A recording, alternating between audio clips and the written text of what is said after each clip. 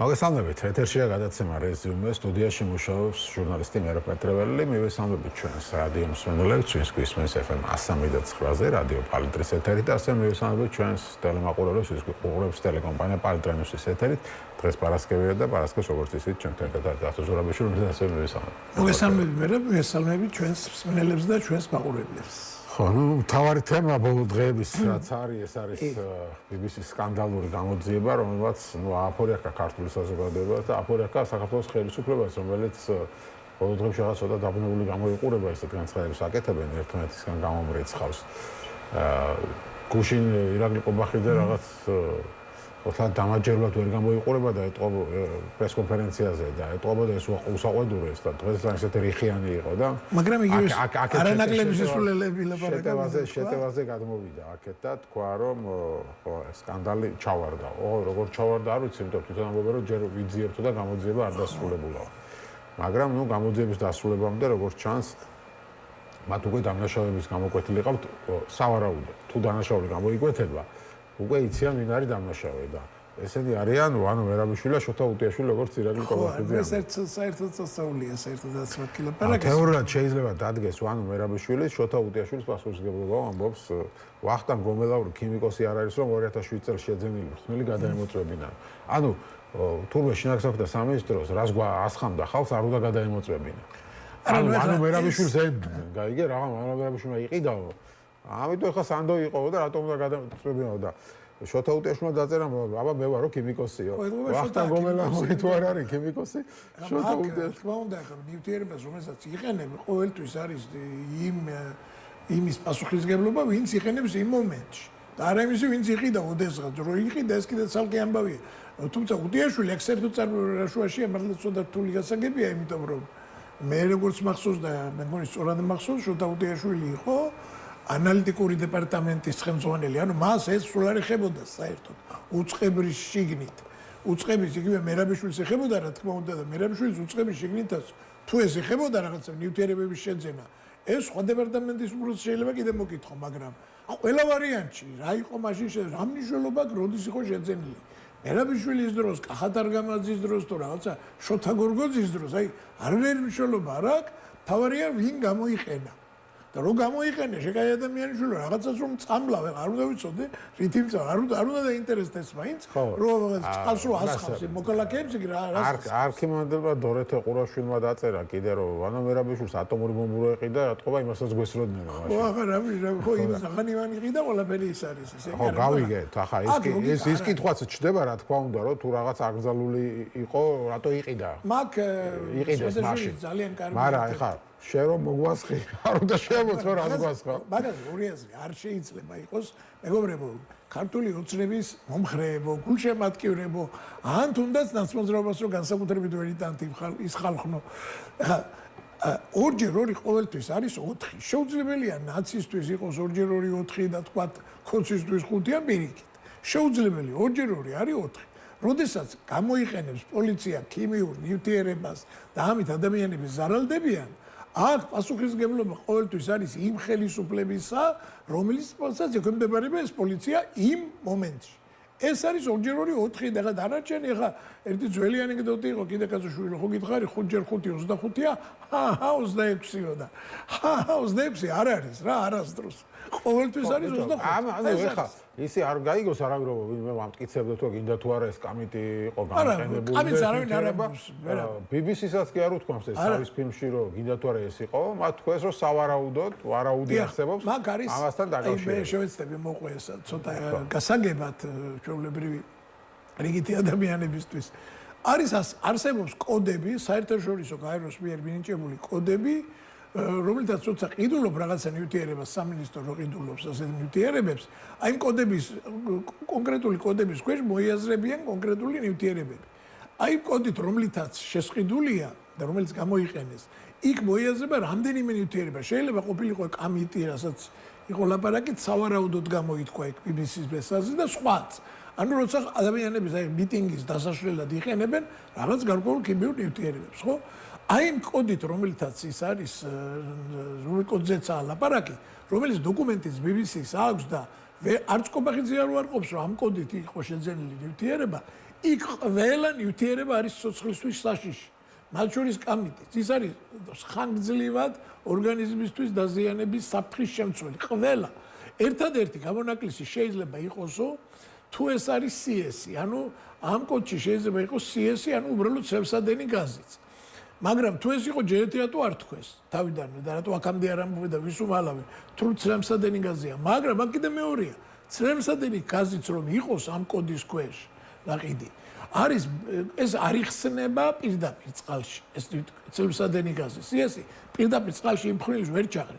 ჭირდება გამხსნელი, რომელიც ასევე ადასტურებს ბატონი კობახიძე. აუ, დღეს საინტერესო ამბავი იყო. ხო, არ დავასრულებ რა. გამხსნელიც იყო და აი ეს გამხსნელთან ერთობლიობაში ეს ცრემსადენი გაზი და წყალთან ერთად უკვე იძლევა ძალიან ცუდ ეფექტს და ასევე ძალიან მძიმეა ჯანმრთელობისთვის. ანუ შეუძლებელია აქედან გამოძრობა ჩემი აზრით, იმიტომ რომ რაღაცა არის გამოყენებული ყველა ვარიანტში. დიდი ნორმალური ხელისუფლება რო იყოს ახლა, მერაბიშვილზე და უტიაშვილზე კი არ დაიწყებდა ლაპარაკს პირველ რიგში, წესით უნდა ეთქვა რომ აი ვიღაცა დაესაჯა ის ვინც გააკეთა. და ეთქვა რომ მე არაფერი შუაში არ ვარ, თუმცა აქ სურვილია რომ რაღაცა ფშრალად გამოძრე. ეხლა მე დიდი ეჭვი მაქვს რასაკეთებენ ესენი, დარბიან მიდის გადაქეკვა მთელი მსოფლიო პრაქტიკის, რომ იგრევ რომელიღაც ევროპულ ქვეყანაში აღმოაჩინონ, რომ ამ კოდის ქვეშ ყოფილი ნივთიერებები არის სადმე გამოყენებული. ჯერჯერობით ეთყობა ვერ იპოვეს. და ამიტომაც არიან ჩუბად. მე რო თქვა რომ აი ხა ინგლისში ასია, საფრანგეთში ისე იყო და ხა ჩვენ რა რა მოხდა. ხო, არა, არ ვიცი ხა რატო არიან ჩუბად, იმიტომ რომ კიდევ ერთხელ ვიმეორებ. არავინ არ ამბობს რომ გინდა თუ არა ეს იყო გამოყენებული. არა, რა თქმა უნდა, არა, გამომე რომ გითხარით რა იყო გამოყენებული. ხო და მაგაზე რატო იყო კამიძე ეჭვი, იმიტომ რომ ეს კამიტი შეიძლება ადრე გამოიყენებოდა ხალხის დასარბევად და სიმპტომების მიხედვით იქ ექსპერტთა თქვა რომ შეიძლება ეს იყოსო. შეიძლება. იმიტომ რომ გავს სიმპტომებიო, მაგრამ შეიძლება სხვა რამე იყოს. ხო, დღეს სხვათა თქო, დღეს ამოქოქეს ახლა დაიწყეს ან მთელი კამპანია იმაზე კი არ არის რომ აი მე მაგალითად ოცნების ადგილზე რო ყოფილიყავი, ან შენც რო ყოფილიყავ და იტყოდი რომ აი მოვიწევთ საერთაშორისო გამომძიებლებს. კი ბატონო, მოვიდა გამომძიებლები. აგერ არის ქიმიური, ასე ვთქვათ, იარაღის წინააღმდეგ რაღაც ბრძოლის ორგანიზაცია, გაეროს ქუდის ქვეშ, ჩამოვიდნენ გაეროს სპეციალისტები და გამოიძიონ. ხო, ეხლა თუ არაფერი გაქვს დასამალი ამას რა თქმა უნდა, მაგრამ ამას დაიწყესო ჩვენ გამოიძიებთ თუ ეხლა მათ გამოძიებას ვინ ენდობა, ხო, გასაგებია და პლუს დაიწყეს გამოძიება იმ ხალხის წინააღმდეგ, ვინც BBC-ს ინტერვიუ მისცა, რომ სახელმწიფო საბოტაჟი თუ რაღაც ტრული უცხო ხო, მაგრამ ეს ძალიან გაუტრუხტათ ეგ ამბავი როგორც ეთქვა. და პლუს ეს 3-4 დღე აქვთ კამპანია აწეული BBC-ს გასაშავებლად, იმ ქართველი მკვლევარების გასაშავებლად, ვინც ეს სიმპტომები გამოიკვლიეს მექიმების გასაშავებლად და დღეს დავდასხმარი რომ ეს რა სამეცნიერო კვლევა იყო და ამაზე არის მიდის საუბარი და ამას რაღაცა ლევან რატიანი გამოიყვანეს რომელიც იძახის რომ ეს რა სამეცნიერო კვლევა სხვები რაღაცას იძახიან ერთის გამოიყვანეს ტოქსიკოლოგი დღეს ეკა ქურდაძე მე მგონი რუსთავი 2-ზე რომელიც ამბობს ასეთ რამეს რომ ისო კაცო ვიღაცასო თუ წყლის მისხმის შემდეგო ის გაუწითლდაო სხეული გაუწითლდაო და ქავილი დაეწყო ეგო მარტო კამიტის სიმპტომი კი არ არისო მაგ ასეთ რაღაცასო სხვა ქიმიური ნივთიერებებით იწვევსო თუ წყლის ჭავლით იქნა მიწოდებულიო. ანუ წარმოიდგინე ახლა რა ქვია კორექტულობის რაზე იმი არის აქ რომ ანუ იმ დღეებში რაც რუსთაველზე ხდებოდა ამას შენ შეგეძლო მოგეფიქრები და ასე სიტყვა შეთანხმება წყლის ჭავლით მიწოდებულიო. ანუ თურმე იმ დღეებში რაც რუსთაველზე ხდებოდა ქიმიკატები ხალხს მიაწოდეს წყლის ჭავლით. არა, ნუ ეხლა გასაგებია ხელისუფლება. ადამიანმა ისიც ვერ თქვა რომ წყლის ჭავლით თუ დაარბიეს ხალხი რაღაცა წყლის ჭავლით თუ მიასხეს, ესას ვერ თქვა. წყლის ჭავლით თუ იქნა მიწოდებულიო ქიმიკატებიო და ეხლა აი ასეთ რაღაც ვითარებაში არიან ეს ხალხი სიტყვას ვერ არჩევენ ნორმალურად რომ რაღაც აი ვინმეს არ ეწყინოს გაიგე ხელისუფლებაში წყლის ჭავლით მიწოდებულიო. და რატო გამოდის ეს ხალხი და საერთოდ ლაპარაკობს მაგას? არაფერი არ ვიცი ეხლა გასაგებია დაავალეს რომ უნდა გააშალონ ეხლა ეს კვლევა. თუ დავალება არ არის და მართლა ის კვლევას ის კვლევა ის არ ყოფილა კვლევა იმითი კამიტი იყო გამოყენებული თუ რა იყო. იქ იყო აღწერა უბრალოდ იქ დაზარალებული ადამიანების მდგომარეობის მეტი არაფერი გასაგებია. კიდე ძალიან საინტერესოა რამე არის რომ რაღაც გამოვიდა მიხეილ სარჯველაძე, რომელიც არის ჯანდაცვის მინისტრი და რომელსაც მაშინვე სთხოვეს სხვათა შორის. ეხლა ბევრი ამბობს რომ აი მაშინ რატო არ ატეხეთო ხო როგორ არ ატეხეთ. მაშინაც ატყდა ხმაური ჯანდაცვის სამინისტროს მიმართეს ოფიციალურად სახალხო დამცველსაც კი მიმართეს და მე სახალხო დამცველმა მიმართა ხელისუფლებას რომ გამოაქვეყნეთ რა ნივთიერება არის გამოყენებული. ჯანდაცვის მინისტრმა მიმართეს, ჯანდაცვის მინისტრმა საერთოდ არ დაინტერესდა და დღეს გამოვარდა და კომენტარებს აკეთებს სარჯველაძე, რომელიც პროფესიით არის იურისტი და გადაწყვიტა, რომ ქიმიაში ჩაგვიტაროს გაკვეთილი.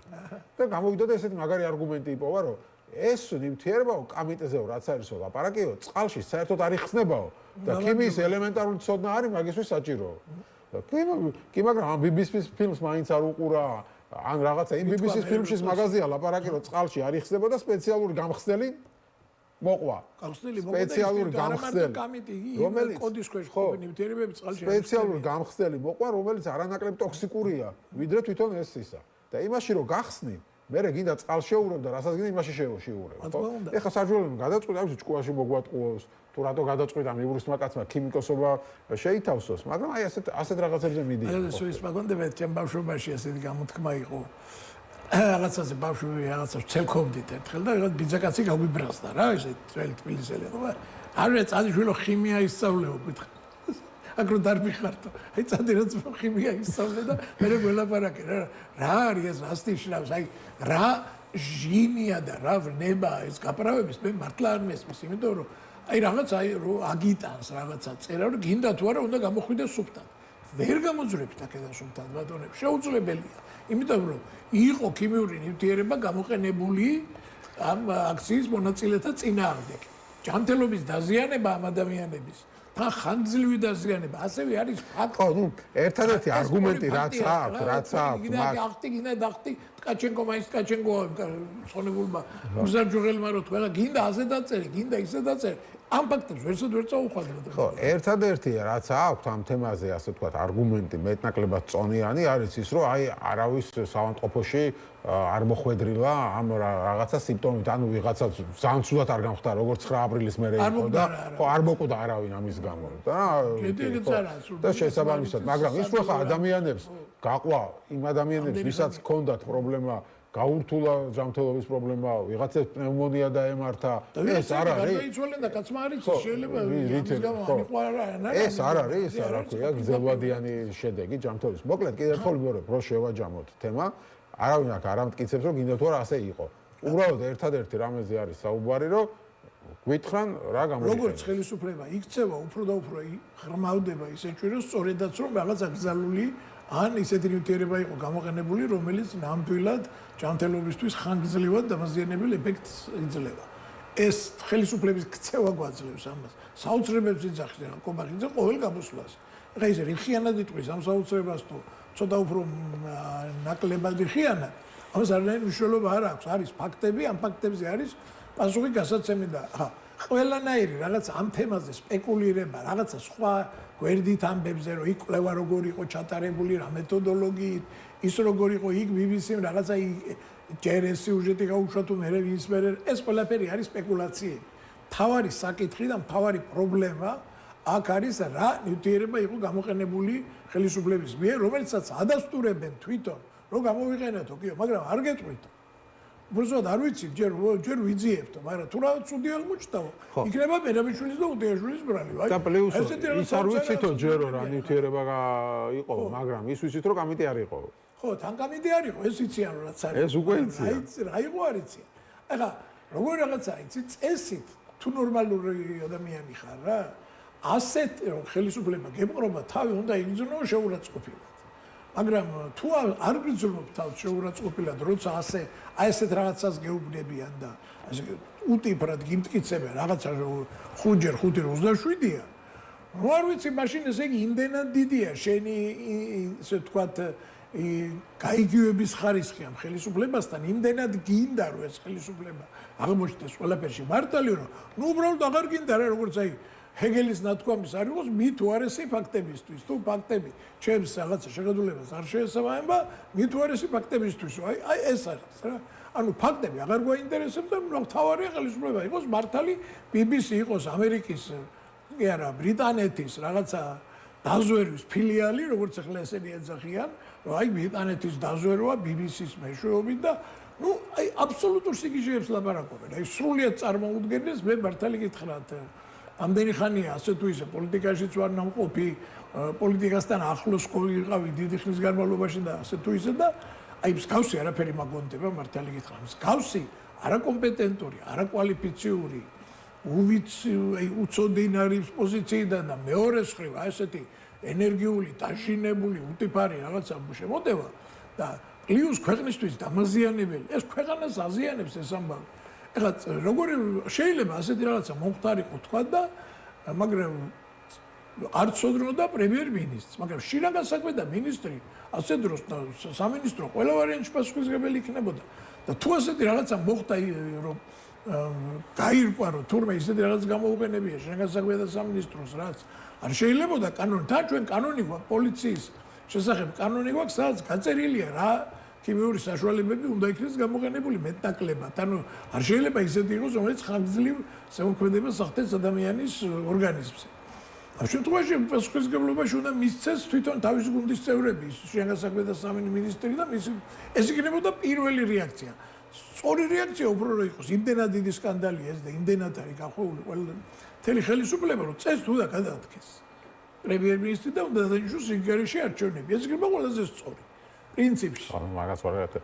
არა, მაგას ვარ გააკეთებ, ვიცით, მაგრამ პრინციპში მე ვამბობ, სწორი რა იქნება. აი ახლა საბჭოების ციტატა წავიკითხა, კიდევ ერთ წავიკითხავ, აქციების დღეებში ინტოქსიკაციის შემთხვევები ალკოჰოლითაც იყო, შეიძლება პიროტექნიკით იყო. ჯერა არა ჩახუნაშვილების მოსაძებს, არამედ მაღალი კვალიფიკაციის ტოქსიკოლოგებისო და ნუ როგორც გითხარით, ამბობს რომ ერთი დღეც კი არ მოხვედრილა ადამიანს, სულ 10 ადამიანს დაჭიდაო სამტოფოში გადაყვანაო და ერთი დღეც კი არ მოხვედრილა არავინ. ახლა ეს ახლა ტყუილია რომ დღეს არ მოხვდა, ბოლოს ერთ ადამიანს ვიცით რომ ოპერაცია დაჭირდა, საერთოდ კომაში იყო ეს ადამიანი. თავში რომ მოხვდა, თუ გახსოვს, თავში რომ მოხვდა, ახლა ეს ადამიანი რამდენიმე თვე იწვა, სასწავლებლად გადარჩა, ეს ამბობს რომ ერთ ადამიანიც არ გაჩერებულაო, მაგრამ აქ ინტოქსიკაციაზე ლაპარაკი დაუშვათ, ხო? მაგრამ ამ ადამიანებს როგორც ექიმები ამბობენ, მერე უვლინდებათ ხოლმე, ხო, ჯანმრთელობაზე. ანუ გრძელვადიანი ეფექტია. 9 აპრილის იმის მერეც უამრავს მერე ესე ვთქვათ გაუჟღავდა. ეხლა თუ მაშინ სწორედ CS იყო გამოყენებული და წემსადენი გაზო, დიდი რაოდენობით. მაგასაც მნიშვნელობა აქვს, რა რაოდენობით იყენებ, რა ინტენსივობით იყენებ, რა არის გარეული შიგნით. მარტო იმაზე კი არა, შეიძლება კონკრეტულად ის აკრძალული ნივთიერება თუ არა. აუკრძალავი ნივთიერება შეიძლება ძალიან დამაზიანებელი იყოს, აი განსაკუთრებით იმ გახსნელში თუ გაურევ, შეიძლება ძალიან დამაზიანებელი იყოს. ხო, აქ კითხვა ეს არის, თავარი კითხვა, თქვით უკვე რაც არის, რომ გითხან ბატონო და დავანებებ თავს. აუ, კი არ გითხან სიტყვერად, გვაჩვენონ და გვიმტკიცონ, რომ რა იყო გამოყენებული და რატომ ალავენ ამას, სულად გაუგებარია. ეხლა ეს ჯანდაცვის მინისტრი ამბობს, რომ მე მეუბნებია, რომ კონკრეტული ფორმულა უნდა გამოიკვლიო, მარტო იმიტომ, რომ ვინმე არასწორი ინფორმაცია მიაწოდა BBC-ს. რა იცი თუ არასწორი თუ არ გამოგიკვლევია ჯერ. BBC-ს გადამოწმებლად ნებსით უნდებლებთ არასწორი ინფორმაცია გაავრცელონ, ამიტომ თურმე მე უნდა დავჯდე და რაღაც კონკრეტული ინფორმაციები ვარკვიო, რომელიც აპრიორი ვიცი, რომ აბსოლუტურად სტარი და მტკნარი ტყუილია. სიმართლე რა არის, იმას არ გვეუბნებ. ხო და ვერ გავიგე, რანაირად იცი თუ არ გამოგიკვლევია. დაგცვინის ეს ხალხი რა, ელემენტარულად გვეუბნება ისეთ აბსურდებს გველაპარაკებიან და ისეთ შეურაცხყოფელი რაღაცა ლოგიკაზე აქვს დაგებული, აი ახლა ვიცით რომ ეს ასე არ იყო, მაგრამ რა იყო არ გეუბნებით. და თუ რამე იყო კიდე ნაცების ბრალია. აი ეს არის თელი ლოგიკა არის ასეთი რა. ხო და ნუ არ ვიცი მე ხას ასეთი არაფერი მახსოვს. არაფერი მახსოვს და იმედი მაქვს შემდეგი ხელისუფლებები რომ იქნება აი ესეთ სისულელეებს არ ელაპარაკებს. შემდეგი ხელისუფლება დააბრალებს კოცებს ალბათ. ყველა ეს დააბრალებს არა, მაგრამ შეცდომას უცას დაუშვებს ხელისუფლება და არ არსებობს შეუცდომელი ხელისუფლება. ხო გახსოვთ აი 2019 წლის 20 ივნისს დათვის ტყუები თუ რაღაცები რო ისროლეს. იმაზეც გვითხრეს რომ ნაცების ნაყიდი იყო. არ ვიცოდით. ანუ ყველაფერი ეტენებათ 13 წლის თავზეც ეტენებათ ნაცებს. ასე ეტენებათ, აფერი არ ეტენებათ, ნორმალური ადამიანს თუ არ ეტენებათ და თვითონ სტილობენ რომ გავიგეთ კაცო, ხა იმ ნაცებს ხა მე და შენ ნაცებზე საერთოდ არ გვაქვს კარგი წარმოდგენა და მართლაში მქონდა და არც ვერ ისაბა. რო იყიდეს შეიძლება ძალიან მიხარეს თუ იყიდეს, მაგრამ და ეს კი ძალიან არა, ეს კითხვა შეიძლება იყოს რა თქმა უნდა, ნაცებთანაც რომ რატო იყიდე. ესეთი რაღაცა.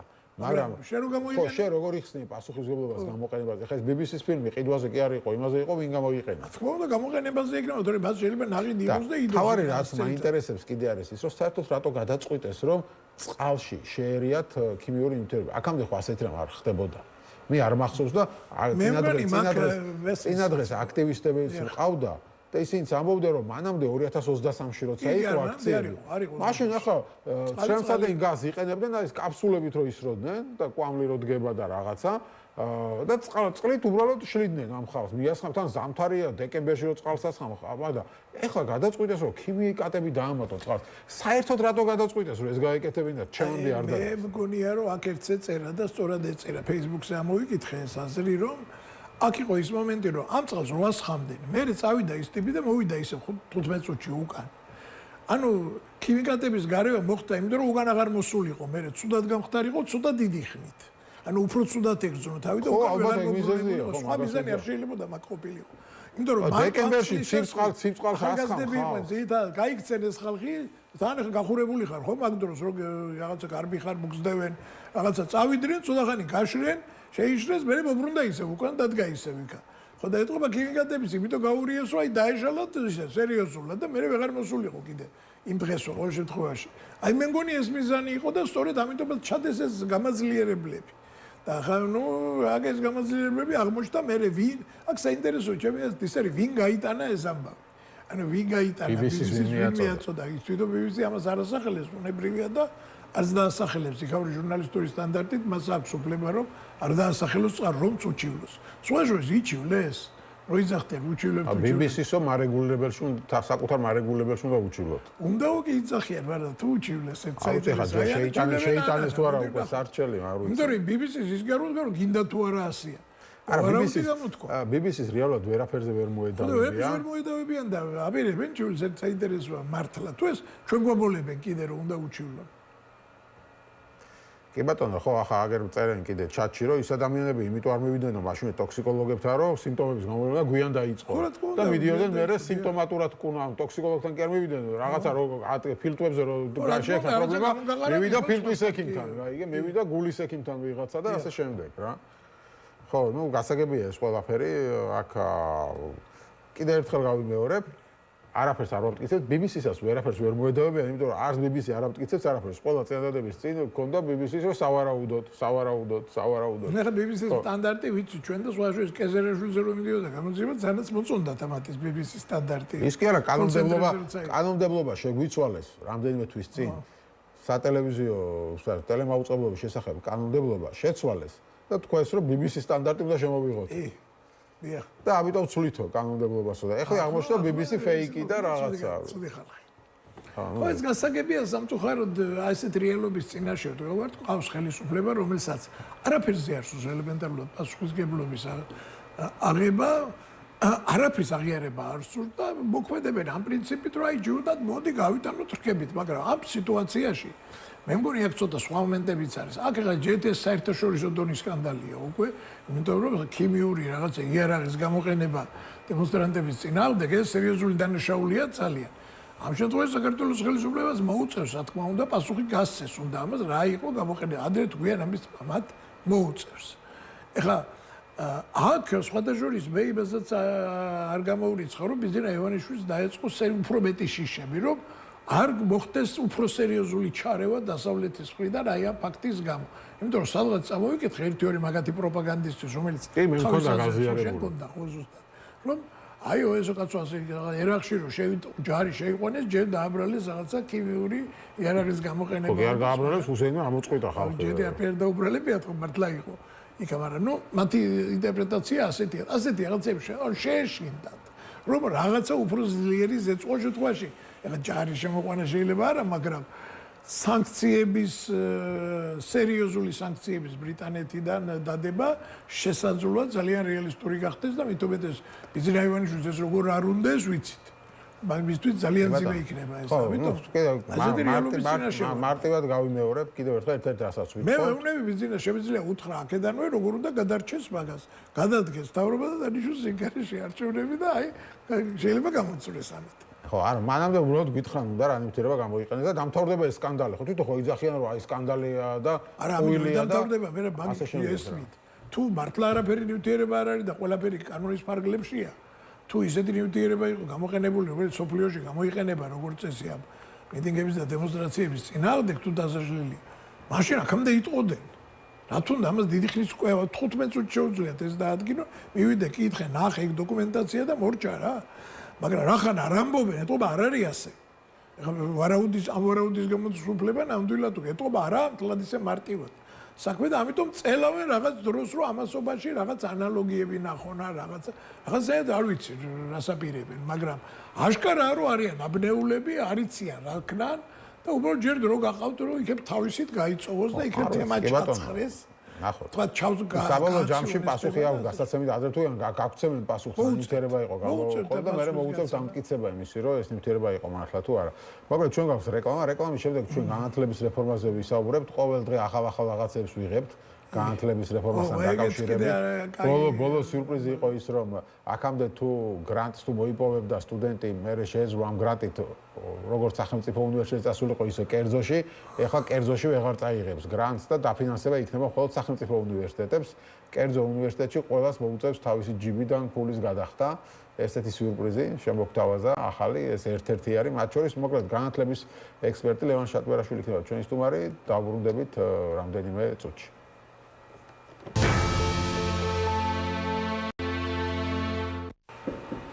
მაშასე დავბრუნდით ეთერში და როგორც გითხარით გადაცემის ამ ნაწილში ჩვენ ვისაუბრებთ განათლების რეფორმაზე, ხელისუფლება ყოველდღე რაღაცა გვაწვდის ახალ ინფორმაციებს, რეკლამამდე ვთქვი რომ ახალი სიურპრიზი რაც გითხრეს ის არის რომ 2026 წლიდან კერძო უნივერსიტეტში ვინც ჩაბარებს იმას გრანტს აღარ მისცემენ. აღარ გააყოლებენ გრანტს და მარტო სახელმწიფო უნივერსიტეტში თუ ანუ საგრანტო გაფინანსება როგორც ასე გაუქმდება, ანუ აქამდე როგორ იყო, ხო? სტუდენტი თუ მოიპოვებდა გრანტს დაფინანსებას, ანუ თუ მაღალ ფულებზე ჩააბარებდა, მას შეეძლო ეს თავის გრანტი, სადაც უნდა იქ წაეღო, თვითონ აირჩევდა რომელ უნივერსიტეტში მიდიოდა და ეს გრანტი გაყვებოდა თან.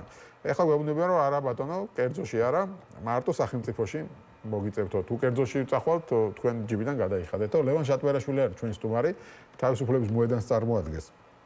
გაცრავად წარმოადგენს ის და ასევე არის ილიას სახელმწიფო უნივერსიტეტის ლექტორი. მოგესალმებით, ლევან. გამარჯობა. მოგესალმებით. მადლობა. რა შეგიძლია თქვა ამ კონკრეტულ საკითხზე და ზოგადად თვითონ განათლების რეფორმაში თქვენთვის რა არის ყველაზე ესეთი პრობლემური საკითხი?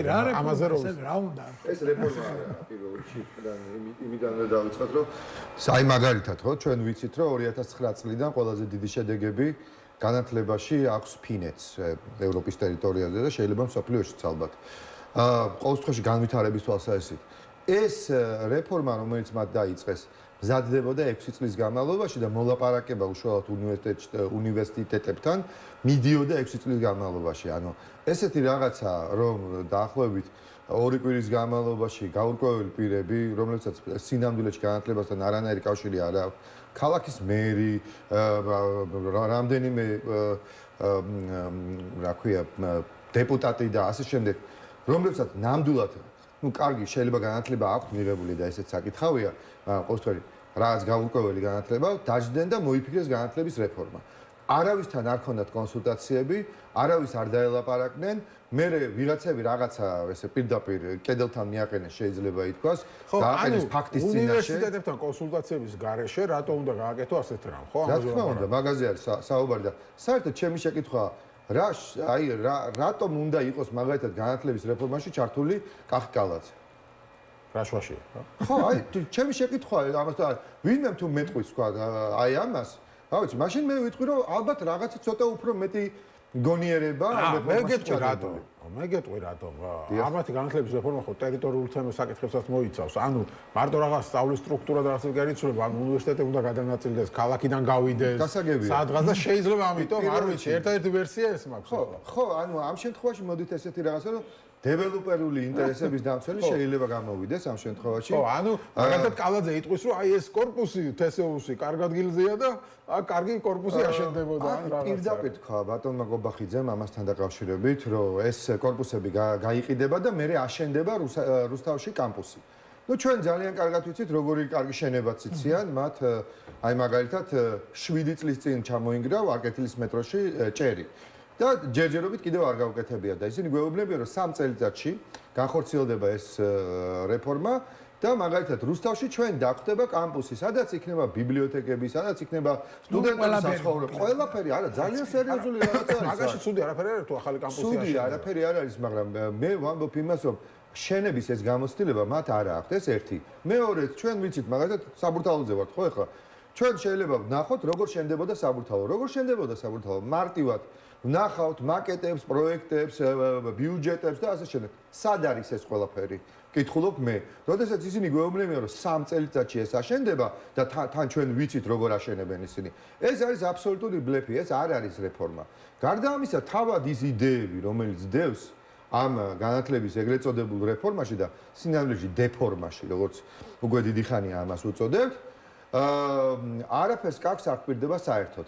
მე პირადად შეიძლება თქვენ ვეთანხმებოდეთ, რომ თქვა ქალაქი უნდა განვითარდეს. არა, ერთადერთი რასაც ვეთანხმებ, რომ ყველაფერი თბილისში არ იყოს თავმოყრილი, ამაში ცუდი შეიძლება არაფერი არ იყოს. არა, მაგრამ გაჩვენებას როგორ გააკეთებ? პირველ რიგში თვითონ ის იდეა, რომ ერთი ფაკულტეტი, ერთი ქალაქი, ეს არის ძალიან არასწორი. ისინი გვეუბნებიან ესეთ რაღაცას, რომ საქართველოში უნივერსიტეტები რაც იქნება, ანუ ერთი ფაკულტეტი სადაც იქნება, იმ ქალაქში იქნება მხოლოდ და მხოლოდ. თუ თქვათ მაგალითად თბილისელ ადამიანს მოუნდება, რომ ისწავლოს იურიდიულზე და იურიდიული გადანაწილდა ქუთაისში, მას მოუწევს ქუთაისში სწავლა. მორჩა და გათავდა. სხვა შესაძლებლობა მას არ ექნება. არა, რა პრინციპით გააკეთებ ეგ სხვა ეს არასწორია, მე მაგას ვამბობ. პირველ რიგში რატომ არის არასწორი? პირველ რიგში, იმიტომ რომ რეალურად სხვადასხვა სკოლების არსებობა მხოლოდ და მხოლოდ ხელს უწყობს მეცნიერების განვითარებას. თქვენ წარმოიდგინეთ გერმანიაში მაგალითად 20-იან წლებში იყო რამდენიმე გენიოსი ფიზიკოსი და რო ეთქვათ, რომ მხოლოდ და მხოლოდ ერთ ქალაქში უნდა ასწავლიდეს აინშტაინი და თქვათ ჰაიზენბერგს არ უნდა ქონოდა უფლება, რომ თავისი კათედრა ქონოდა, ან აინშტაინს უნდა დამორჩილებოდა. არა და ის ორი სხვადასხვა ფიზიკა იყო. ხა სად არის აქ აინშტაინი? იცით რა ის თუ ჩვენ არ დაველოდებით ჩვენს დიდ მეცნიერებს, ჩვენს დიდ გონებებს, მაშინ ჩვენი ქვეყნის მომავალი უბრალოდ არ იარსებებს და ამგვარი აი ესეთი როგორ გითხრათ ხა, კონსიუმერისტული მიდგომა, რომელიც არის აი ამაში გამოჩვევის ამ ეგრეთ წოდებულ რეფორმაში, ნამდვილად დაუპავს მთლიანად საქართველოს განათლებას და თაობებს და უნდა ითქვას, რომ ბოლო წლებში მართლა განვითარდა და ევროპასთან ურთიერთობით ეს ყველაფერი ძალიან ბევრი საინტერესო პროგრამა იყო და რეალურად რაც ახლა ხდება, ეს აბსოლუტურად ანგრევს ყველაფერს. მე შეიძლება ჩავერთვები მეც ასე თუ ისე ამ განათლების სფეროსთან შეხება მქონია. მოადგილე იყავი განათლების მინისტრის ერთ-ერთი. სხვა შუა უმაღლესი სასწავლებლები მეხებოდა ზუსტად. ხო და აქ ახლა რაც ჩანს, აი ერთი შეხედვით, ჩანს ორი მომენტი. ერთი ჩანს, რომ არის დაუოკებელი სურვილი პოლიტიკური კონტროლის და როგორმე უნდათ ეს პოლიტიკური კონტროლი ისე განახორციელონ, რომ პირდაპირ პოლიტიკური კონტროლი არ ერქვას, ამიტომ მოიგონეს ესეთი რაღაცები, აი მაგალითად ეს საგრანტო დაფინანსების ამბავი. ყველაზე მეტად ეხა მე როგორც შევხედე. არა და წელს აბარებს ჩემი შვილი, ერთ-ერთი მერე გაიკეთებ. ეს ყველაზე მეტად დღეს აზარალებს თავისუფალ უნივერსიტეტს. თუმცა თავისუფალ უნივერსიტეტის ბიუჯეტი ძალიან დიდწილად არის სწორედ გრანტებისგან. ეხლა შეიძლება ყველა ვერ წავა კერძო უნივერსიტეტში, ხო? სხვა კერძო უნივერსიტეტები შეიძლება იმდენად არ დაზარალდნენ, იმიტომ რომ იქ თვითონ საუნივერსიტეტო გადასახადი უფრო დიდი წილის არის, ვიდრე ეს გრანტი, რომელსაც სტუდენტი მიიტანს და თავისუფალ უნივერსიტეტში ძალიან დიდი წილია იმ გრანტებში. მე მგონია რომ საერთოდ ცოტას ყველას აზიანებს, მაგრამ განსაკუთრებით მათ. განსაკუთრებით და ხომ არ არის რეფორმა სწორედ კერძო უნივერსიტეტების წინააღმდეგ. ყველას ფაქტობრივად დაფინანსებას უჩერებენ ესე იგი. არა მარტო, ნუ უნდა ითქვას, რომ საერთოდ ეს ჩანაფიქრი რომელიც არის, ამბობენ რომ ისინი გააკეთებენ უნივერსიტეტებში განაწილებენ ფაკულტეტებს მათი ტრადიციის მიხედვით, ტრადიციები აქვს რეალურად მხოლოდ და მხოლოდ თესეუს და ტექნიკურ უნივერსიტეტს. მეტი არც არის ხო, სხვა უნივერსიტეტი არ მქონია. ანუ მაგალითად ახალი უნივერსიტეტი, როგორც არის ილიას უნივერსიტეტი, რომელიც ყველა კვლევით პირველი არის საქართველოში, მას დარჩება მხოლოდ და მხოლოდ უცხოენები და პედაგოგიკა. მორჩა და გათავდა. ესე იყო, იმიტომ მანამდე კომუნისტების დროს ეგრე იყო. არა, პუშკინის სახელობის დაარქვა ამათ და თუ ამაზე არის ლაპარაკი, ხო, ნუ ესე გამოდის და ეს ძალიან ტრაგიკული შედეგებით დამთავრდება ჩვენი ქვეყნის. მაინც ახლა თან კიდე მეორე მომენტზე აღარ გავამახვილ. ერთი არის კონტროლის სრული, იმიტომ რომ თქვენს რა სახელმწიფო უნივერსიტეტები იქნება უფასო. ანუ სახელმწიფო მიცემს ფულს, მე დავუკვეთავ და სახელმწიფო და ხელისუფლება ჩვენთან პრაქტიკულად შერწყმულია დღეს ვიცით ძალიან კარგად. ანუ ვისაც მინდა ფულს მივცემ, ვისაც მინდა არ მივცემ ფულს, აი ამ პროგრამისზე მოგცემ, ამაზე არ მოგცემ და ეს კობახიძემ უნდა გადაწყვიტოს. გარდა ამისა, უნდა ითქვას, რომ ლოგისტიკურად ეს რაც არის საერთოდ ეს აბსოლუტური სიგიჟეა. ეს აბსოლუტური სიგიჟეა, კი მეც ვიტყვი. ლოგისტიკურად როგორც არის, მაგალითად ამბობენ, რომ უნდა მართავდეს ერთი პროფესორი. ეგრეთ წოდებულ ფაკულტეტს. ნუ ფაკულტეტების რაოდენობა დაახლოებით 280 არის. გამოდის რომ ერთი პროფესორი იქნება ყველას მართველი. რეალურად დღეს სრული პროფესორები ყავს 1200-მდე თუ არ ვცდები და მე ამას მოყვება ასისტენტ პროფესორი სხვადასხვა ასოცირებული და ასე შემდეგ პროფესორები მოყვებიან ისინი ყველანი უნდა ჩამოქვეითდნენ თვითონ სრული პროფესორებიც უნდა სრული პროფესორების ჩამოლაბორანტებაც უნდა მოხდეს და მე თან ამავდროულად თვითონ ამ პროფესორებზე ამბობენ რომ ძალიან მაღალი ხელფასი ექნება თუ 10000 ლარი უნდა გქონდეთ მე არა ვარ მოწინააღმდეგე და სხვათა შორის არც უფასო განათლების სისტემის მოწინააღმდეგე არა ვარ ძალიანაც ვემხრობი სიმართლე რო გითხრათ მაგრამ რეალურად ეს კეთდება იმისათვის რომ აი ეს პროფესორი რომელსაც ესეთი მაღალი ხელფასი ექნება უნდა იყოს დანარჩენი მთელი მიმართულების არა მარტო თქვათ წამყვანი, არამედ მაკონტროლებელი. იგი გააკონტროლებს რეალურად აზრს უნივერსიტეტში და უნივერსიტეტი როგორც მოგეხსენებათ, ყოველთვის იყო არა მხოლოდ პროფესიის დაუფლების ადგილი, არამედ ეს იყო პოლიტიკური აზრის დაბადების ადგილი და უნივერსიტეტის გარეშე თანამედროვე მსოფლიოს ისტორია და საქართველოს ისტორია უბრალოდ არ არსებობს. და ეგ რამდენად შეიძლება რეალობად აქციონ. ხა მე მგონია რომ ძალიან გაუჭირდება. იცით რა არის, რატომაც არ შეიძლება რომ რეალობად აქციონ. უბრალოდ ეს რეალობა იქნება თუ არა მოწესრიგებული, ეს მეორე საკითხია. ეს იქნება ქაოტური რეალობა, ხო? ანუ ჩვენ მოგვიწევს უცბად თქვათ, რუსთავში გადატანა თბილისის სახელმწიფო უნივერსიტეტების უმეტესობა კორპუსების და ისინი როგორ აშენდება, როდის აშენდება, რანაირად აშენდება, ლაბორატორიები როგორ გადავა, რა იქნება ეს ყველაფერი გარდა ამისა. მომენტია, მაგ რამდენად ეხა ამ უნივერსიტეტებში საერთოდ უწითხარით ეფუძნება რამდენიმე მომენტს მეთქი. ერთი რომ ეს კონტროლის სურვილი, ეს კონტროლის სურვილი იყო იქიდან რომ არსებობს ხელისუფლებაში გავრცელებული მოსაზრება ასეთი, ძირითადად გაზეთ ასავალ და სავალის და მსგავსი ტიპის გამოცემების მიერ შთაგონებული, რომ უნივერსიტეტები არის ნაცების ბუდე. ანუ ეს ოპოზიციური აცი მაგიბადება, რომ უნდა გავაკონტროლოთ, ხო და? პირდაპირ მიაძნენ ახლა ალასანიას უნივერსიტეტს და შენობა მოგუდაგვრული. ხო და ასე მარტივად არ არის, იმიტომ ეს ყველაფერი აბსოლუტურად იურიდიულად სრულიად გამართულია იქა. ხო და მაგ რა არის? აღმოჩნდა და უკვე ვიცი ეს მეც რამდენიმე შემთხვევაში ყავს ნაცნობები, რომელიც ამ ხელისუფლების მომხრეები არიან და აკადემიურ სფეროებში, რომ არანაკლებ კი არა, უფრო მეტადაც ზარალდება ბევრი მათი მომხრე პროფესორი.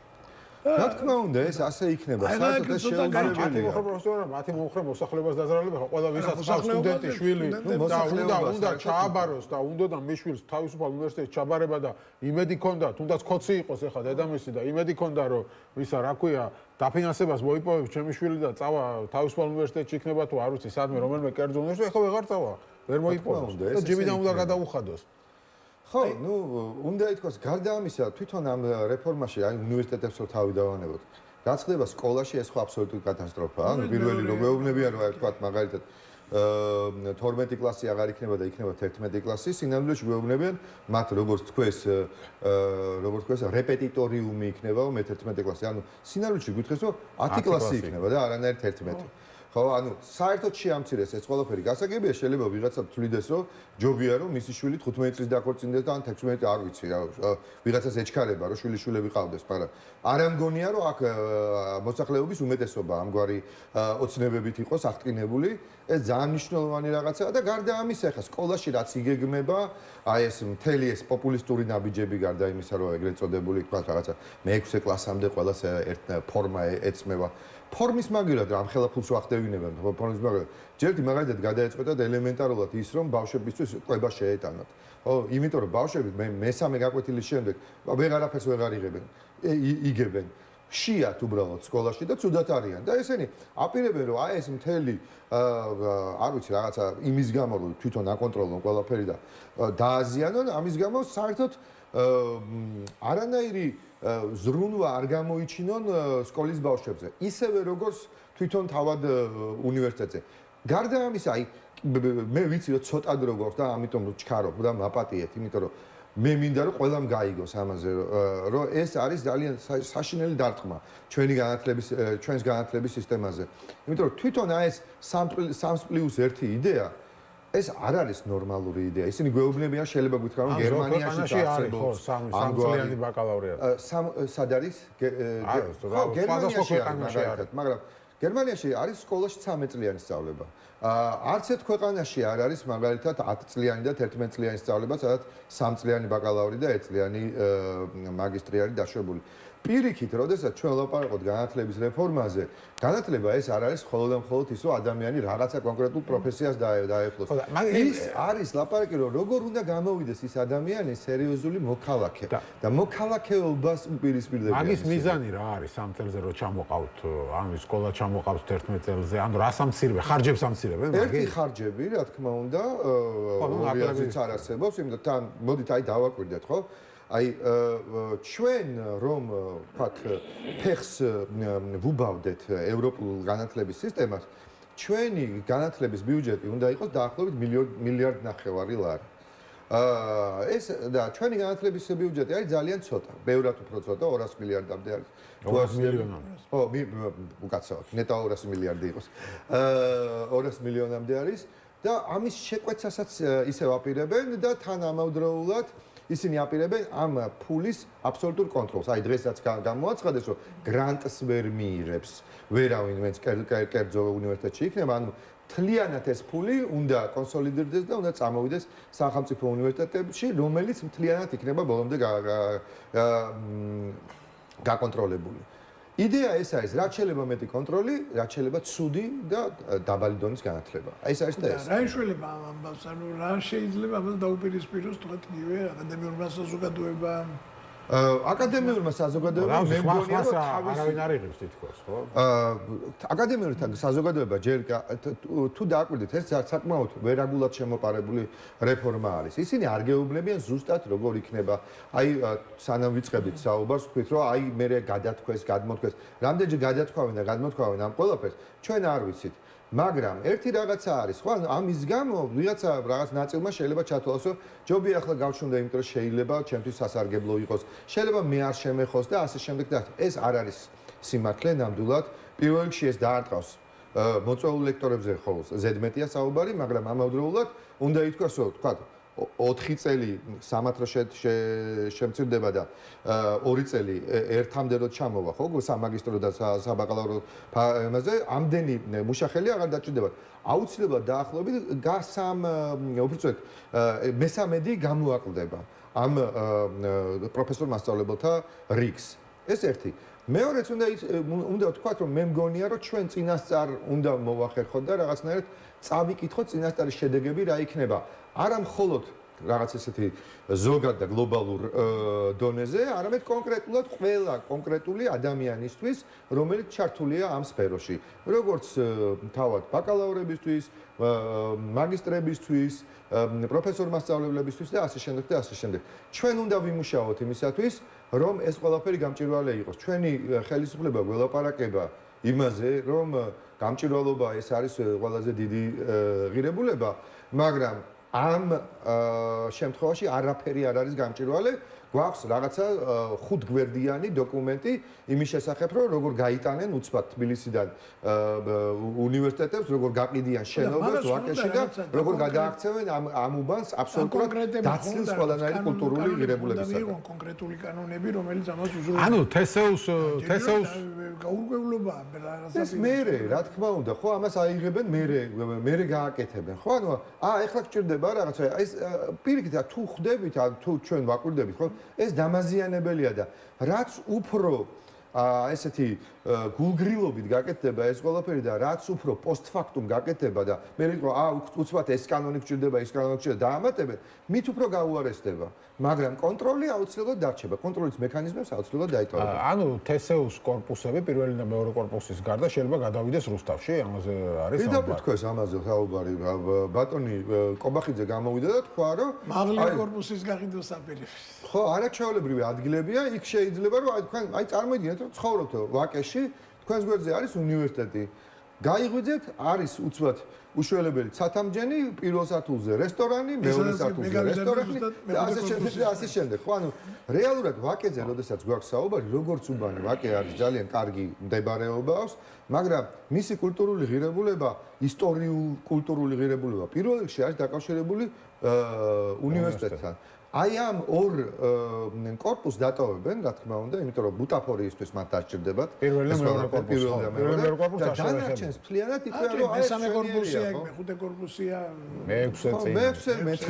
არ ვიცი, რამდენიც გინდა, იქვე არის ილიას სახელმწიფო უნივერსიტეტის კორპუსები და შესაძლებლობები. მე დარწმუნებული ვარ, რომ აი მაგალითად ვიღაცა თანამედროვე დეველოპერი რო ჩაუვლის თავისი არ ვიცი რაღაც ვირადღირებული მანქანით კბილები უკაცკაცებს ხშირად რა კარგი ადგილია რა კარგი ადგილია რა ეგეთ კორპუსს ჩავდგავდი ხო შენია კორპუსს ჩავდგავდი და აი ამაზეა ლაპარაკი რომ რეალურად სახელმწიფო ხო ეს ამათ დახლად არ უნდა გადაიქცეს ბოლოს და ბოლოს სახელმწიფოს იდეა არის საერთო კეთილდღეობა ინგლისელები პირდაპირ ეძახიან Commonwealth-ს ეძახიან თქვა იქაურ ფილოსოფიურ ლიტერატურაში და საერთო კეთილდღეობისთვის და საერთო კეთილდღეობა მხოლოდ და მხოლოდ რაღაცა მუშიპოს ზრდა ხო არ არის ჩვენი მუშიპო იზრდება მაგრამ ხალხი ღარიბდება ჩვენი მუშიპო იზრდება მაგრამ ჩვენი მუშიპოდან შესაბამისი რამდენიც უნდა იყოს მისი შესაბამისი ფული განათლებაში არასდროს არ იდება